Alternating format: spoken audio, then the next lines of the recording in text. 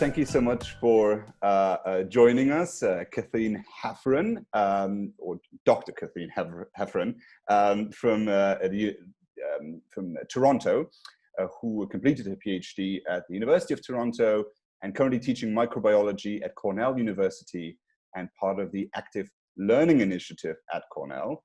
She has many years of experience, especially in making vaccines and plants. That's something we're going to talk about at the end of this interview just a little bit. And also, which is known as plant molecular farming.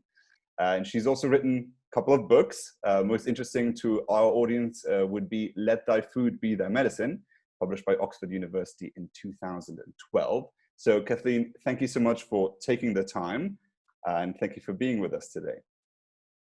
Oh, not at all. Thank you very much.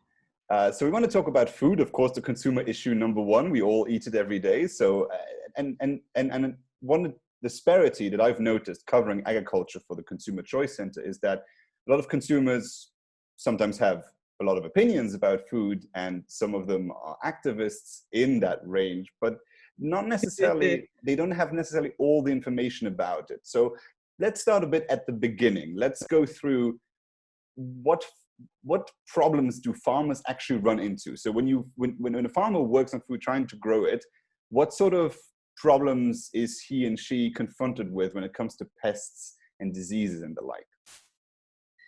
Well, that's a great and highly complex question, which I think someone who's an expert in the field could talk for hours and hours about. But I think that you can really narrow it down to a number of different pests that are issues for farmers. Insect pests are a big one that we hear about all the time. We've been hearing recently about the locusts in East Africa. So that's an example, or fall armyworm, which is, I don't think it's so prominent in Europe, but it's certainly in the US, and now it's moving on to Africa, I believe. Diamondback moth is another one that we hear about. So insects are a big one. Bacteria, we have bacteria which infect plants, and it's difficult for farmers to deal with that kind of situation. Fire blight is one I'm thinking about, which infects apples. And there's a variety of other, I think, xanthomonas and fungi. So you may have heard of wheat stem rust, which I think wheat feeds about 1/5 of the human race. And we do not have that under control as well as we should. So this is a fungus which can decimate wheat crops, and it's spreading and it's difficult to treat. So that's another one. And then we have nematodes, which are little soil worm, small, tiny worms, which can carry diseases, and viruses. I'm actually a virologist by education, so that's my forte. And there's plenty of plant viruses which can decimate crops. Some of them just blow around and land on crops and cause damage. Others are carried by insects or other vectors such as nematodes. And they can be very difficult to deal with, just as we have trouble with COVID-19 right now. Farmers can have trouble dealing with viruses contaminating their crops. So those are some of the pathogens. I think someone who is an expert in the field could probably come up with even more, but those are some you would definitely be aware of as a farmer. Right. You hear sometimes that products in the supermarket are being sold and marketed as natural. There is often this implication that our ancestors didn't have any of the common problems of today. They didn't have to deal with all of these pests and diseases and viruses. And back when it was peasant farming, everything was jolly and good. Is that true? Like, how have we evolved in any way in the way we do farming?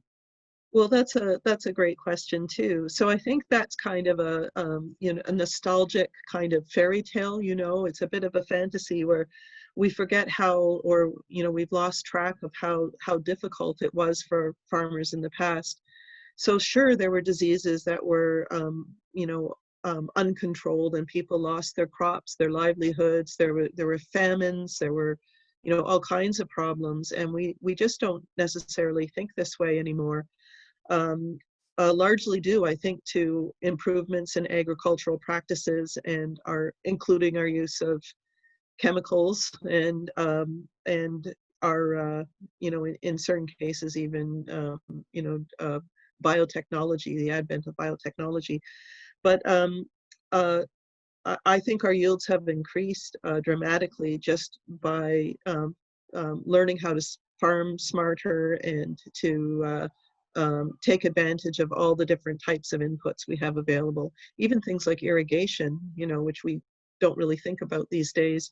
That was a problem in the past, so people wouldn't have continuous access to water for their crops, and now we know how to work to make sure that's available. So some consumers would say, like, I remember even my grandmother saying, well, if you have mold on something, you just scrape it off. If there's something ugly on the fruit, you just get rid of it. How does something that affects a plant or anything that is being grown, how does it affect human health? So how can something how can our food make us sick? Is that a common problem? How does it manifest? Oh, sure. So sure, that can. I think, the first things that came to mind when you mentioned that is just you're losing productivity. So you would have, some of your crop is just going to waste. You're not going to be able to eat it. And that's a really terrible shame. And that certainly happened in the past. In other instances, the crop can become toxic, in fact. So I think it's in certain cases, we can talk about BT corn, for example, but some corn that would be infected by insects would become, I guess, broken down or deteriorate so much that bacterial infections can take place, or fungal infections inside of the crop, and these toxins could be produced that can make you very sick and kill you, or cause cancers or miscarriages. And that still takes place in parts of Africa. And that's a matter of, these pathogens being able to spread through crops, and the people there not having the right tools, proper storage containers and things like this, where they can control spread of these pathogens. So certainly it can affect your health in many ways. Yeah. So when you mentioned the solutions to some of these problems, when we talk about chemicals, especially here in Europe, people are very anxious of these crop protection tools, pesticides. And, you have some of the worst names on the book for, and we even see in France that farmers are being attacked by people just for simply going out on the field and spraying. So simultaneously in the United States and in Canada, there seems to be less hostility towards the agricultural sector. So right now in the European Union, we have something called the farm to fork strategy, which seeks to increase organic farming to up to 25% of all farming in Europe, which is currently around 7% average in most member states, and sometimes less. So why is that? Why are Europeans so watchful and so suspicious, while there seems to be considerably more innovation going on in North America? Oh, that's a really great question. I think I have pieces of answers. I probably don't have all the answers to that one. I think that part of the answer lies in just the history of the two continents. So, North America was, populated later by, and farming was developed a bit differently, I think. Whereas in Europe, I think we have these, very old farms, and it's just it's a different setup. So you just have different, both places come from different histories. I do think as well that, another thing to say for what it's worth is, in North America, things can be quite harsh here in terms of the environment. So, we have, you really have to work. I think our pioneers probably had to work very hard to tame the land, so to speak. So we have, in Canada, deep frosts and, very cold weather, and, can be very hostile. So people had a different approach. And whereas, in somewhere like Italy, it can be quite pleasant most of the time, and you just wouldn't encounter the same challenges. So I think that had an effect as well. But mostly, I would say right now, I think there's it's the activists, the ability of activists to get through to Europeans in a manner that maybe they're not as successful as at doing that here in North America. And I hear about GMO fields being burned down and things like this in Europe, and I don't think I don't think I ever hear of that happening here. So people don't seem to they've grown up with technology has been developed around them. This is a new country in a matter of speaking, and they just don't seem to hold the same sensibilities about agriculture as the Europeans do. So that's some of it. I think Europe as well, the regulations are different. We have the product and process. I think Europeans are into, I think it's the process where they're very concerned about how the crops were developed. Whereas in North America, we're more concerned about the product, what does the product look like? And if it's basically you're getting the same thing, no matter how, what breeding technology you use, it's still basically the same. So those are some things. I've heard from European scientists that Europe in general, it's difficult to make any kind of decision in Europe because there's all these countries who have their different opinions, and to get a consensus is next to impossible. So I think that slows things down, and perhaps here in North America, it's just the way our countries are set up. Things can move a little more quickly. That's certainly a thought. So those are some. Yeah, we have something called, in the European Union, we have something called the precautionary principle. And the precautionary principle basically applies to the technology itself, which is the reason why most GMOs and gene editing technologies such as CRISPR have actually not been legal in the European Union for food production. So actually, let's get to that topic as well. So what exciting innovations can farming actually still produce? Is because people would look at the farmers like, well, what could we possibly change or achieve in farming? But like, what amazing technologies are out there to revolutionize the food that we eat, but that some Europeans ought to know about before they become too skeptical about become too decisive about what ought to be outlawed, let's say. Right. Okay. Well, that's again, it's a really broad and enormous question with lots and lots of ways to answer it. But I think reduced use of pesticides by using genetically modified crops is it's very clear. In fact, I have a few papers here. This is one from Matim Kaim. I don't know if you guys would have heard of this, but he's from University of Göttingen. You can pronounce it for me. I'm sorry if that's how you say it. I'm not in sure. Germany. You're not sure. Göttingen. Oh yes, exactly. Yes. Sorry about that. No problem. But he has a table here. So there's just enormous amounts of scientific literature showing how genetically modified crops have helped farmers and helped the world. So here in his table, he talks about the yield is in general 22% increased for all for GM crops versus conventional crops. pesticide use is down 37% in general. So you're reducing the use of pesticides, which is important. Profits for farms is up by 68%. So these are like really, significant, important numbers for people to be aware of. And there's just tons of literature of this sort of nature, where collections of studies after studies. But those are kind of the main, I think, we were talking about pests and pesticides and things like this. There are so many other uses for genetically modified crops or genome edited crops.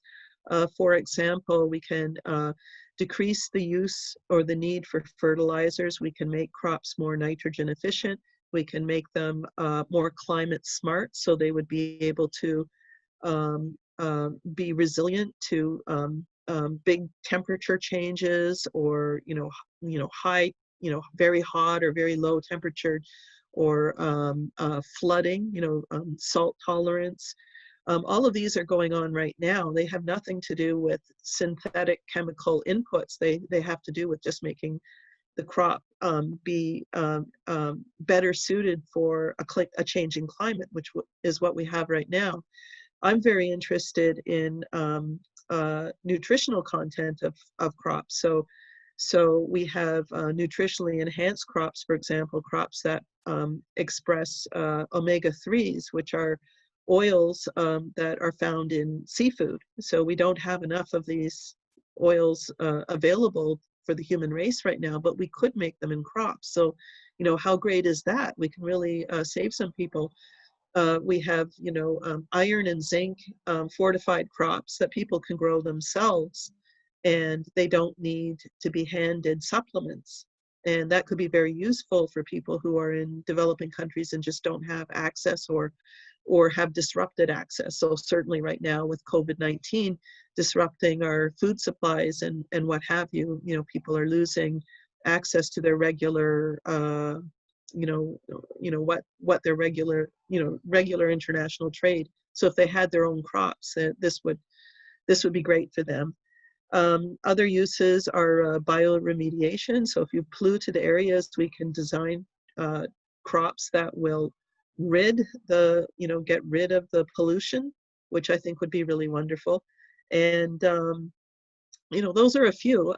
Genome editing is the next step, and it's such a shame. It's such a terrible shame that Europeans have not fought to have this technology accepted, because it really involves just making a change or two, a nucleotide change or two to a crop, and making it very feasible for a university or a small group of people to develop a crop that could be quickly available to everyone.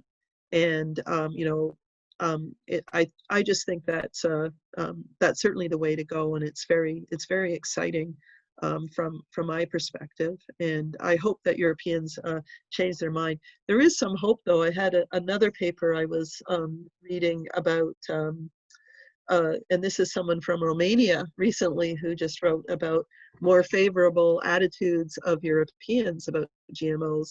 And they're talking here specifically about something called cisgenics. So cisgenics is when you have a gene from a crop that has that you can transfer to the same sort of crop. So for example, you might have a tomato, one variety of tomato, and you'd like the gene from that tomato to be in another variety of tomato. So they're both tomatoes, and one variety lost that gene and the other one has it. Or you could have a wild type crop that has a resistance gene, but it was lost over domestication and it's no longer there.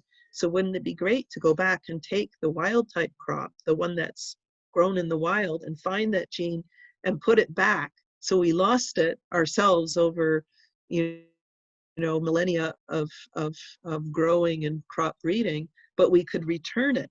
And so we really not, it's not quite the same as a GMO. And somehow it seems that, according to this, that Europeans are more in favor of that sort of thing. So that kind of, that's a use of the technology, and it could really make a difference again for Europeans, I think. My big concern about this, farm to fork policy is that I don't see how the numbers work. Usually, when we think about organic farming, we often think that the yield is lower. If faced with different stresses, and for sure we will be faced with stresses with climate change. It's more difficult for Europeans to farming to get the same sorts of yields. So if they can't increase their yields and they're not using synthetic chemicals, though organic farming does use some chemical inputs. So it's very confusing for I have a lot of trouble understanding what the shtick is here. But where will they get their food? Because they won't be able to make enough. They really need to double their productivity for the next, I'd say within the next 50 years. And if they're not doing that in Europe. Exactly. Yeah. So if they can't do it. You're not the only scientist who actually brought this up. So this brings me to another point, and I think that is something we've experienced in Europe, is that when scientists have brought this up, and when the European Food Safety Authority has said certain chemicals are safe, in the political process, what we've seen is that we've started doubting the scientists and the integrity of the scientific process that was behind it. Do you feel this as well in your work? Do you think this becomes an increasing problem? And maybe if you have an example, pretty sure that your expertise, vaccines in plants, I can already imagine what people might accuse you of doing, tampering with our food. Can you talk? Right. Can you talk to that a bit? Well, that's a great one too. So certainly, hanging around with people at the university, that doesn't happen too much where I'm questioned in that manner. But I think we met on Twitter, and that is a place where certainly I'm kind of out there trying to defend science. I think that's why I've come out there. And yes, people question all the time. It's a worry that the world is kind of succumbing to conspiracy theories, and I think this is kind of the same. It's part and parcel, or this has been going on for a long time, perhaps, where there's either the concern that somehow I'm linked to big ag, whatever that might mean, some large multinational, which I can get kind of furious at this because we're just publicly funded scientists, so no, that's not true. Or there's something about some Bill Gates something or other. I always have trouble with this one too. Sure, I do get attacked, and it's as if there's some ulterior motive, and the motive is that somehow there's a payment that I'm getting, or there's some kind of something from large industry. And no, this is just it's not true. I've learned to let it roll off my back. I think it's better to still try to comment and not get to let your feathers get too ruffled about these kind of things. And I think at the same time, people are listening. Although some are attacking, it's probably just a noisy few, and there's a lot of other people who are listening, and they're getting what I'm saying. I think that's true as well. So if I'm able to sway a few people, or make them think differently, or have a little bit more knowledge, then that's great. That's all I can expect. And some people, I think you can't really change them. Some people have had bad experiences. I can see that when I look around. There's people who've had cancer and they don't know who to blame, or they're looking for someone to blame, or they're angry at the healthcare system of the country they're in, and that's those are extra complications that can lead one to be suspicious of I guess science, but we still have to persevere and try to move forward and try to keep people informed, and not let them phase you. a very Canadian approach, optimistic and understanding. I can see that definitely has that influence. Unfortunately, we're coming to the end of this segment. Okay. Kathleen, where can people find you and your work? Oh, thanks. So yes, I'm at Cornell in the Department of Microbiology. You can look me up there. If you go to, I think you can Google me or go to PubMed, and you'll find some of my papers and learn about some of the work I've been doing. I've done in the past. I think that's great as well. And that's it. I don't really have a web page at the moment, but maybe I should make one. You should, and we'll definitely link to you. Thank you so much for clarifying some of these issues and giving us some insight in a very understandable way for our audience. Thank you so much, and we'll continue with the show. Yeah, thank you. Thank you.